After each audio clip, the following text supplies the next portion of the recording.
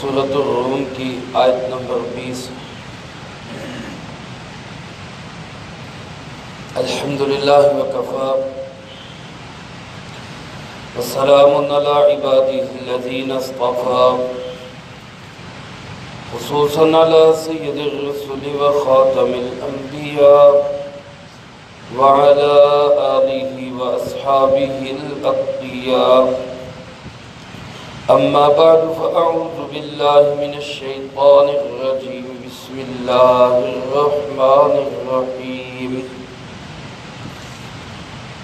ومن آیاتہ ان خلقکم من تراب ثم اذا انتم بشر تنتشرون۔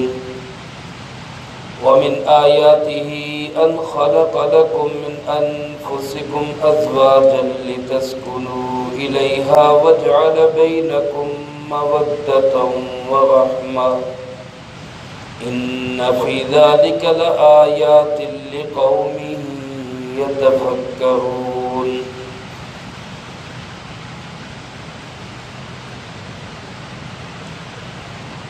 ومن آیاتہ،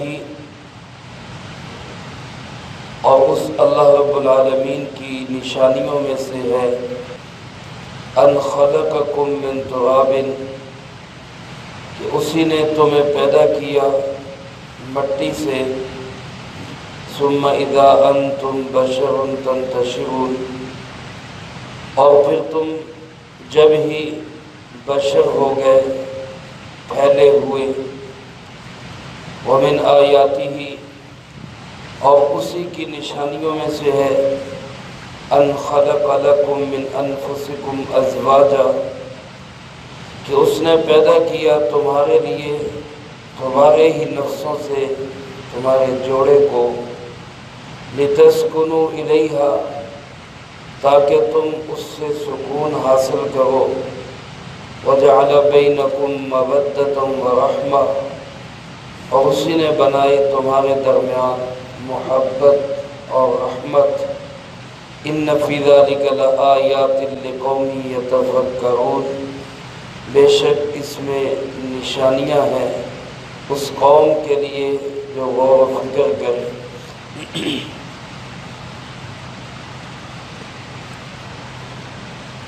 سورۃ روم کا تیسرا رکوع ہے۔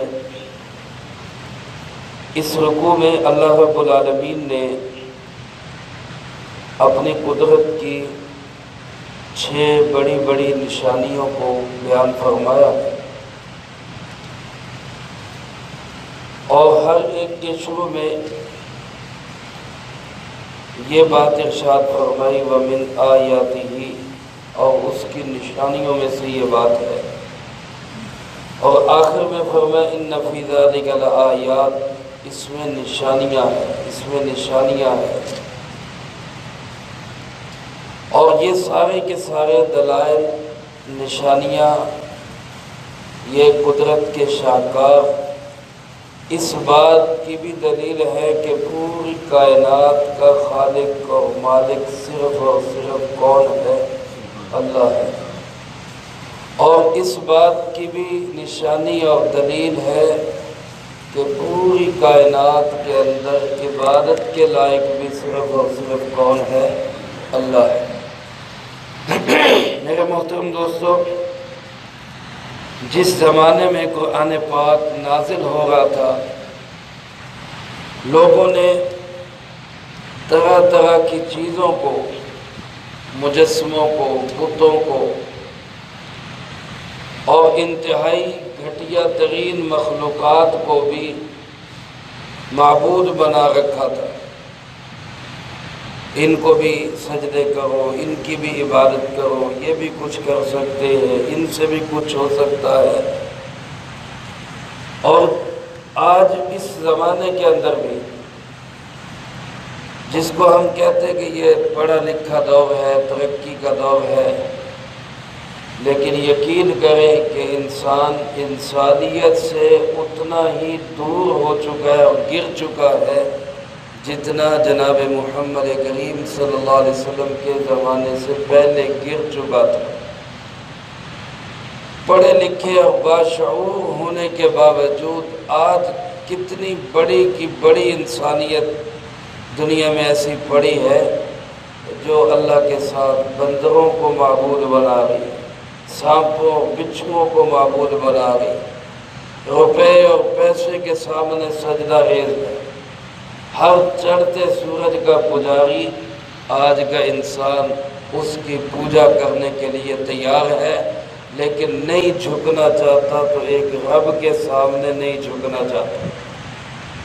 اگر انسان اس رکوع کی ہر آیت پہ غور کرے تو قرآن کریم کی یہ آیات مبارکہ اس کے دل کے لگے ہوئے زنگ کو دور کرنے کے لیے کافی۔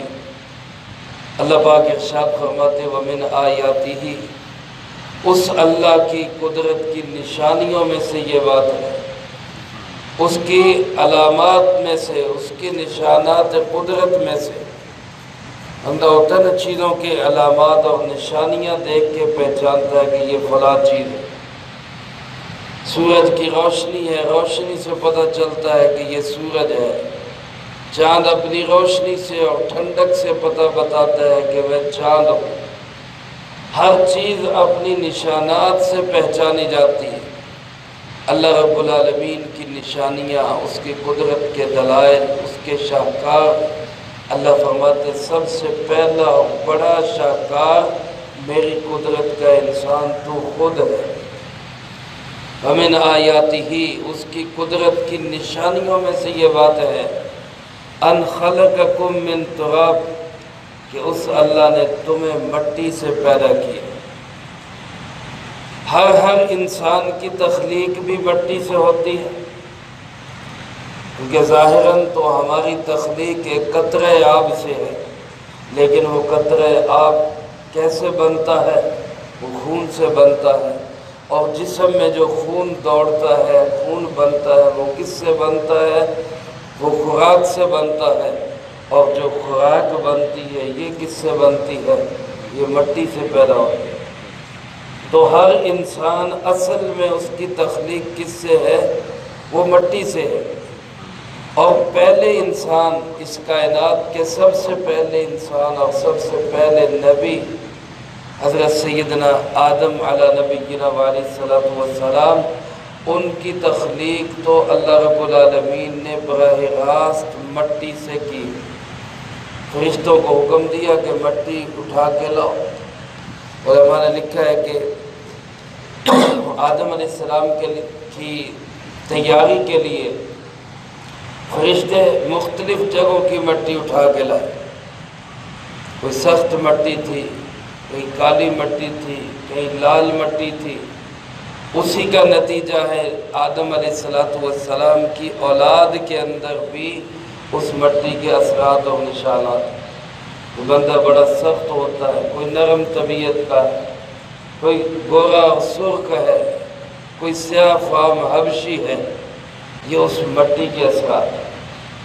لیکن قدرت کا یہ عظیم شاہکار دیکھیں کہ دنیا کے اندر جو عناصر ہیں وہ 4 ہیں، عناصر اربع جن کو کہا جاتا ہے، آگ، پانی، مٹی اور ہوا۔ یہ 4 عناصر اربع ہیں۔ آگ کے اندر بھی کچھ نہ کچھ حرکت ہے، آگ جلائے وہ اوپر کو اٹھتی ہے، حرکت کرتی ہے۔ پانی کے اندر بھی حرکت ہے، پانی کو آپ کسی جگہ پہ رکھیں وہ نیچی جگہ کی طرف حرکت شروع کر دے گا۔ ہوا کے اندر بھی حرکت ہے، وہ بھی کچھ نہ کچھ چلتی ہے، لیکن ایک عنصر مٹی کا واحد ایسا عنصر ہے کہ جس کے اندر حرکت نہیں، جو جہاں رکھ دی وہی پڑی ہوئی، جہاں رکھ دی وہی پڑی ہوئی، ہلائیں گے تو ہلے گی، نہیں ہلائیں گے تو وہ پڑی ہوئی۔ لیکن اس پڑی کو اللہ نے ایسی اس کے اندر حرکت پیدا کی کہ اس کو ساری مخلوقات سے اللہ نے افضل بنا دیا۔ اس مٹی کے انسان کو سب سے اللہ پاک نے ساری مخلوقات میں اشرف ترین مخلوق بنا دی۔ اللہ پاک فرماتے انسان میری قدرت کے دلائل میں سب سے بڑی دلیل یہ ہے کہ میں نے تمہیں پیدا کیا۔ ایک مٹی سے پیدا کیا، ایک قطرہ آب سے بنے ہو، وہ مٹی سے بنا ہے، تو تمہیں مخلوق میں سے سب سے افضل بنا کے پھر فرمایا اذا انتم بشر تنتشرون، ایک بشر بنا دیا، ایک انسان بنا دیا جس کے اوپر خوبصورت چمڑا چڑھا ہوا ہے، اس کی خوبصورت شکل و صورت بن گئی، ڈیزائن اور نقشہ بن گیا، اور پھر اس کو پورے جہان کے اندر بکھیر دیا۔ تنتشرون، تم منتشر ہو، پورے جہان میں پھیلے ہوئے۔ دیکھو ایک آدم علیہ السلام اور ایک حوا علیہ السلام دو ہی تھے، آج دو سے کتنے انسان ہیں؟ اربوں انسان ہیں، 6-7 ارب انسان، اور کہیں دنیا میں چلے جائیں ہر طرف انسان انسان نظر آتے ہیں۔ اللہ پاک فرماتے کہ ایک جوڑے سے میں نے اتنے انسان بنا دیے کہ پورے جہان میں بکھرے پڑے، پورے جہان میں منتشر۔ پھر فرمایا دوسری قدرت کی دلیل وَمِنْ آیاتہ، اسی اللہ کی قدرت کی نشانیوں میں سے یہ بات بھی ہے ان خلق لکم من انفسکم ازواجا، کہ اس نے تمہارے اندر سے خلق لکم من انفسکم، تمہارے نفسوں سے ازواجن، تمہارا جوڑ بنا دیا، ایک وحدہ لا شریک، بے جوڑ ذات، جوڑ سے پاک، ضد سے پاک ذات، وہ صرف اللہ رب العالمین کی ذات ہے، ورنہ ہر چیز کی کوئی نہ کوئی ضد اور اس کا مد مقابل اور اس کا جوڑ ہے۔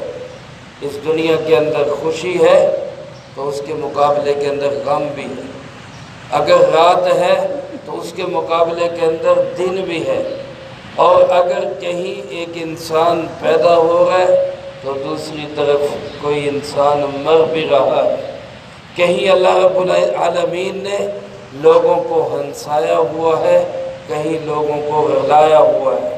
انہو ہوا اضحک و ابکا، ہنساتا بھی وہی ہے، رلاتا بھی وہی ہے۔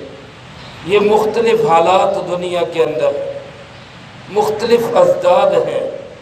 میرے محترم دوستو، اگر کوئی ایسی ذات ہے، یقیناً ہے، جس کے مد مقابل کوئی نہیں، جس کا جوڑ کوئی نہیں، جس کا ہمسر کوئی نہیں، جس کا مثیل و نظیر کوئی نہیں، جس کا ہم پلہ کوئی نہیں، وہ اللہ رب العالمین ہے۔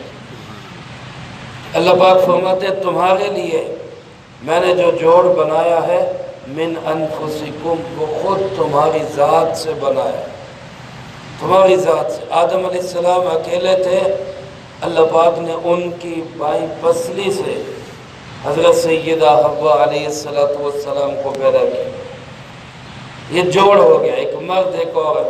اب ایک ہی قطرے آب، اسی سے اللہ بیٹے بھی بنا رہا ہے، اسی سے بیٹیاں بھی بنا رہا ہے، مختلف جنس بن رہی ہے، اور ہر ایک کے ساتھ اللہ نے خوشنمائی جوڑی ہوئی ہے۔ عورت اللہ رب العالمین کی مخلوقات میں جس طرح انسان مرد افضل ہے، اسی طرح عورت بھی اشرف المخلوقات ہے۔ مرد اور عورت کے جوڑ سے انسان بنتا ہے، اور عورت جو ہے یہ کمزور یا کم تر مخلوق نہیں ہے۔ اسلام سے پہلے تہذیبوں کے اندر، اسلام سے پہلے جو ادیان باطلہ تھے، ان کے اندر عورت کو کمزور ترین مخلوق کا تصور دیا جاتا ہے۔ یہودیوں کے ہاں عورت کی حیثیت جانور سے بدتر تھی، عیسائیوں کے ہاں عورت کی کوئی عزت و احترام نہیں تھا۔ پیارے آقا جناب محمد کریم صلی اللہ علیہ وسلم نے آ کے عورت کو عزت دی، یہ مرد کے برابر کی مخلوق ہے۔ ڈیوٹیاں اپنی اپنی الگ ہیں، ذمہ داریاں الگ ہیں، وہ اللہ پاک نے جسمانی بناوٹ اور ساخت ایسی رکھی ہے کہ مرد کے اندر اللہ نے پاور رکھی ہے، قوت رکھی ہے، عورت سے زیادہ محنت اور مشقت برداشت کرنے کی صلاحیت رکھی ہے مجموعی طور پر۔ اس لیے مشقت کے کام بھی اللہ نے مردوں کے ذمہ لگائے، اور سہولت والے کام، گھر میں رہنے والے کام وہ عورت کی ذمہ داری قرار دی ہے۔ دائرہ کار مختلف ہے، لیکن اس کے باوجود یہ نہیں کہ عورت کوئی کم تر مخلوق ہے۔ ہر ایک کا اپنا اپنا دائرہ کار، اور وہ اپنے دائرے میں ہی محنت کرتا ہے۔ آج ایک ڈاکٹر ہے تو آپ اس سے یہ نہیں کہہ سکتے کہ جناب آپ کیسے ڈاکٹر ہیں، آپ لوہا نہیں کوٹ سکتے۔ آج ایک انجینئر ہے تو آپ اس سے یہ نہیں کہہ سکتے کہ جناب آپ کیسے انجینئر ہیں، آپ آپریشن نہیں کر سکتے۔ ایک شخص جو ہے وہ سائنسدان ہے تو آپ اس سے یہ نہیں کہہ سکتے کہ جناب آپ کیسے سائنسدان ہیں کہ آپ کو تو سونا بنانا ہی نہیں آتا، آپ تو زیور نہیں بنا سکتے۔ تو میرے محترم دوستوں، یہ ہر ایک کی محنت کا میدان الگ ہوتا ہے۔ مرد عورت برابر کی مخلوق ہے، محنت کا میدان اور طریقہ کار مختلف ہے۔ اللہ رب العالمین نے دونوں کو برابر پیدا کیا۔ من انفسکم ازواجا، تمہارے نفسوں میں اللہ نے جوڑ بنا دیا، اور اس جوڑ بنانے کا مقصد کیا ہے؟ لتسکنوا الیہا، تاکہ تم سکون حاصل کرو۔ مرد اور عورت کا ایک دوسرے کے لیے زندگی گزارنے کا ساتھی ہونے کا مقصد وہ سکون ہے۔ اگر مرد گھر میں آتا ہے اور ایک بیوی سے اس کو سکون اور انس نہیں ملتا، یا بیوی کو مرد سے سکون اور انس نہیں ملتا، تو پھر ان کے جوڑ کا فائدہ کوئی نہیں، یہ بے مقصد جوڑ ہے۔ کیونکہ مقصد ہی اللہ پاک نے یہ ارشاد فرمایا لِتَسْكُنُوا إِلَيْهَا، تاکہ تم اس عورت سے سکون حاصل کرو۔ اور سکون کس چیز میں ہے؟ سکون اس میں ہے کہ ایک خامن اور ایک بیوی کا تعلق اللہ کی ذات کے ساتھ اللہ کو سامنے رکھ کے گزر رہا۔ دیکھو میرے بھائیو، دنیا کے اندر مختلف لوگوں کے حقوق کے لیے قانون بنتے ہیں۔ میرا حق اس شہر میں، اس ملک میں رہنے کا کیا ہے، وہ قانون طے کرے گا کہ میں یہاں تک حقدار ہوں۔ اگر اس قانون کے مطابق چلوں گا تو ٹھیک ہے، نہیں چلوں گا تو سزا ملے گی، میں مجرم سمجھا جاؤں گا۔ لیکن دنیا میں جتنے بھی قانون بنتے ہیں، چاہے وہ شرعی ہو چاہے غیر شرعی ہو، ہر قانون اس وقت تک عمل اس پہ انسان کر سکتا ہے جب تک کہ اس کے اوپر پیرا ہو۔ اگر پیرا نہ ہو تو کوئی قانون پہ عمل نہیں کر سکتا۔ اگر ہمیں ڈر نہ ہو پولیس کا، فوج کا، اور اگر ہمیں ڈر نہ ہو قانون کا، تو یہاں کون انسان ہے جو قانون کے مطابق زندگی گزارے؟ جہاں جس کا داء لگتا ہے، کیا وہ قانون کی خلاف ورزی کر نہیں جاتا؟ اور کچھ نہ ہو تو ہم اشارہ ہی توڑ دیتے ہیں کہ پولیس والا کھڑا نہیں، چلو اشارہ ہی توڑ دو، یہ بھی تو قانون کی خلاف ورزی۔ اب مکمل طور پہ کسی انسان کو کسی نظام پہ چلانے کے لیے وہ کون سی چیز ہے جو تنہائی میں بھی، پیرے کے بغیر بھی، فوج اور پولیس کے بغیر بھی کسی قانون پہ کسی کو چلائے؟ وہ چیز اللہ کا خوف اور ڈر، اللہ کا دھیان ہے۔ یہ جب انسان کے دل دماغ میں اللہ کی ذات کا دھیان اور تصور ہر وقت بیٹھا ہو، جاتے ہیں نا بعض جگہوں پہ تو کیا لکھا ہوتا ہے؟ خبردار، کیمرے کی آنکھ آپ کو دیکھ رہی ہے، کیمرے کی آنکھ آپ کو دیکھ رہی ہے۔ اب کوئی شخص جرم کرنا چاہتا ہے، قانون توڑنا چاہتا ہے، قانون کی خلاف ورزی کرنا چاہتا ہے، تو وہ ڈر جاتا ہے کہ کیمرہ لگا ہوا ہے، میں پھنس جاؤں گا، مجھے واچ کر لیا جائے گا، مجھے دیکھ لیا جائے گا اور مجھے پکڑ لیا جائے گا۔ اور اگر یہی دل دماغ میں تصور بیٹھ جائے ہر وقت میرے بھائیوں کہ اللہ مجھے دیکھ رہا ہے، اللہ مجھے دیکھ رہا ہے، تو پھر کیا خیال ہے کہ یہ انسان کوئی جرم کرے گا، یہ کوئی قانون توڑے گا، یہ کوئی خلاف ورزی کرے گا؟ میاں بیوی کے جو تعلقات ہیں، یہ تو تعلقات ایسے ہیں کہ اس پہ تو پولیس اور فوج کا پہرا بھی نہیں لگ سکتا۔ اس پہ کون پہرا دے گا؟ اس لیے جب نکاح ہوتا ہے تو نکاح کے اندر ہی، اس جوڑ بنانے کے اندر ہی جناب محمد کریم صلی اللہ علیہ وسلم نے خطبہ نکاح میں جن آیات کا انتخاب کیا ہے، اس خطبے کے اندر بھی بار بار یہ تلقین کی گئی، اتقوا اللہ اتقوا اللہ اتقوا اللہ، اللہ سے ڈرنا، اللہ سے ڈرنا، اللہ سے ڈرنا۔ کیونکہ میاں بیوی کے تعلقات میں ایک دوسرے کے حقوق کی ادائیگی میں، اپنے فرائض پورے کرنے میں کوئی پہرا نہیں لگایا جا سکتا سوائے اس کے کہ دونوں اس بات سے ڈریں کہ میرے اللہ کا کیا حکم ہے، میرے اللہ کا مجھ سے کیا تقاضا ہے، میں اللہ کے حکم کی خلاف ورزی کروں گا یا کروں گی تو مجھ سے اللہ ناراض ہو جائے گا۔ جب خامد اور بیوی دونوں اس بات کو سامنے رکھ کے چلیں گے تو وہ گھر کیسا بنے گا؟ لِتَسْكُنُوا إِلَيْهَا، سکون والا گھر بنے گا، سکون والا گھر بنے گا۔ آج گھروں کے اندر لڑائی جھگڑے اور میاں بیوی کے اختلافات اور پھر خاندانوں کا ٹوٹنا، یہ کس وجہ سے ہو رہا ہے؟ اللہ کا دھیان نکل گیا۔ خامن سمجھتا ہے مجھے کون پوچھنے والا ہے، میں جو مرضی بیوی کے ساتھ کروں، اس لیے وہ بیوی کے حقوق بھی پامال کر دیتا ہے، اور بیوی سمجھتی ہے مجھے کون کوئی دیکھ رہا ہے، میں جو مرضی کروں، خامن کو کیا پتہ کیا ہو رہا ہے۔ لیکن اگر دونوں اس بات کو دل دماغ میں بٹھا لیں کہ ہمیں دیکھنے والا کون ہے؟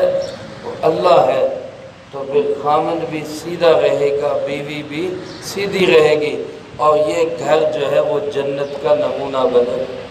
لِتَسْكُنُوا إِلَيْهَا، یہ گھر سکون والا بنے گا۔ اور میرے محترم دوستو، آپ حضرات کے علم میں یہ بات ہونی چاہیے کہ شیطان اپنے چمچوں اور چیلوں کو مختلف کاموں کے لیے بھیجتا ہے، اپنے چیلوں کو بھیجتا ہے جاؤ لوگوں کو گمراہ کر کے آؤ، پھر ان کی کارگزاری سنتا ہے، آج کیا کر کے آئے؟ کوئی آتا ہے وہ کہتا ہے جی میں فلاں سے زنا کروا کے آیا، کوئی آتا ہے جی میں چوری کروا کے آیا، کوئی آتا ہے کہ جناب میں ڈاکہ ڈلوا کے آیا، کوئی آتا ہے جی میں فلاں کو رشوت پہ سود پہ لگا کے آیا۔ وہ سب کو کہتا ہے اچھا ٹھیک ہے، اچھا ٹھیک ہے، ٹھیک ہے، لیکن جب کوئی آ کے اس کو چتونگڑا یہ کہتا ہے کہ میں جی میاں بیوی کو لڑا کے آیا، میں میاں بیوی کو لڑا کے آیا، تو روایات میں اس کا مفہوم یوں ہے کہ شیطان اٹھ کے ملتا ہے، جب ڈال کے ملتا ہے اور اس کو شاباش دیتا ہے، واہ واہ تو کام کر کے آیا، میاں بیوی کو لڑا کے آیا۔ اتنا شیطان خوش ہوتا ہے اس لیے گھروں کے اندر جو لڑائی جھگڑے ہیں ان کو ہمیں ختم کرنا چاہیے۔ باطل مغرب، یورپ اور ایشیا، یورپ اور امریکہ اور مغرب یہود و نصارہ، وہ تو چاہتے ہی ہے کہ ہمارا خاندانی نظام ٹوٹ جائے۔ ان کے ہاں خاندانی نظام فیل ہو چکا ہے، وہاں خاندانی نظام ہے تو مسلمانوں کے اندر ہے، جو وہاں کے یہود و نصارہ غیر مسلم ہے، کوئی خاندانی نظام نہیں۔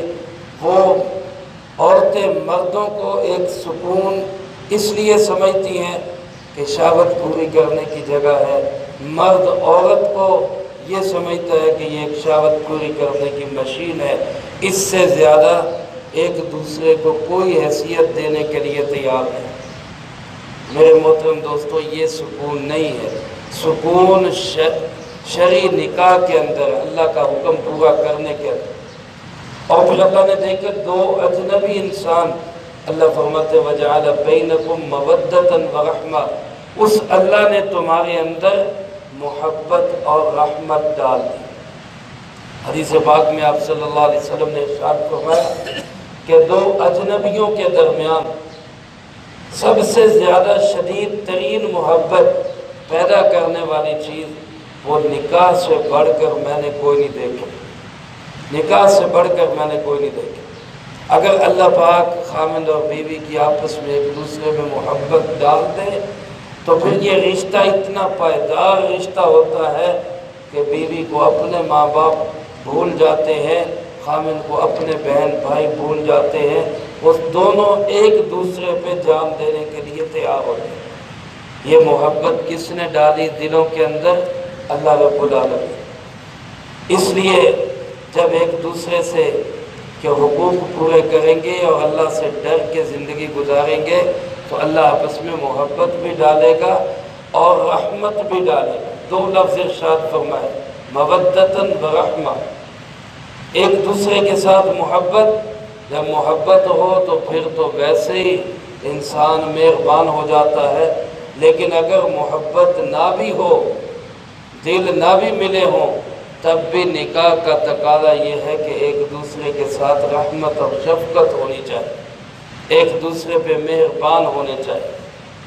اور بعض علماء فرماتے ہیں کہ مودت اس کا تعلق جوانی کے ساتھ ہے۔ جس وقت جوانی ہے اللہ پاک ایک دوسرے میں شدید محبت پیدا کر دیتے ہیں، اور جب بڑھاپا ہو جاتا ہے تو پھر اب وہ جسمانی محبت وہ تو رہتی نہیں، لیکن ایک دوسرے کے ساتھ شفقت اور احترام کا تعلق وہ آخر تک رہتا ہے۔ یہ اللہ کی بہت بڑی نعمت ہے۔ اللہ پاک فرماتے ہیں کہ یہ میری قدرت کی نشانیوں میں سے ایک نشانی ہے، اگر اس پہ غور کرو تو لآیات لقوم یتفکرون، غور و فکر کرنے والوں کے لیے اس میں بھی بڑی بڑی نشانیاں پوشیدہ، اس میں بھی بہت بڑے بڑے دلائل ہیں۔ اس لیے پتہ کی باتیں ہیں، یہ ساری انسانیت اس پہ اگر غور کرے تو اللہ رب العالمین اس میں بھی ملتا ہے کہ وہ اللہ ایک ہے، اس کا کوئی ساتھی اور شریک نہیں۔ یہ دو قدرت کے دلائل آج بیان ہوئے، اور مزید 4 دلائل اللہ پاک نے اس رکوع میں اپنی قدرت کے ذکر کیے ہیں، ان کا تذکرہ انشاءاللہ اگلی فرصت میں ہوگا۔ اللہ پاک مجھے آپ کو سب کو اپنی ذات کا تعلق بھی نصیب فرمائے، اور ان دلائل قدرت کو سمجھ کر دل میں بسا کر دوسروں تک پہنچانے کی توفیق عطا فرمائے۔ اللہم انت السلام و منک السلام، تبارک ربنا و تعالیت یا ذا الجلال والاکرام۔ اللہم انا علی ذکرک و شکرک و حسن عبادتک، اللہم احسن عاقبتنا فی الامور کلها واجرنا من خزی الدنیا وعذاب الآخرہ، اللہم باقیتا کباقیت الولید، اللہم استر عوراتنا وآمن روعاتنا، اللہم انا نجعلک فی نحورهم ونعوذ بک من شرورهم، اللہم اکفنا بحلالک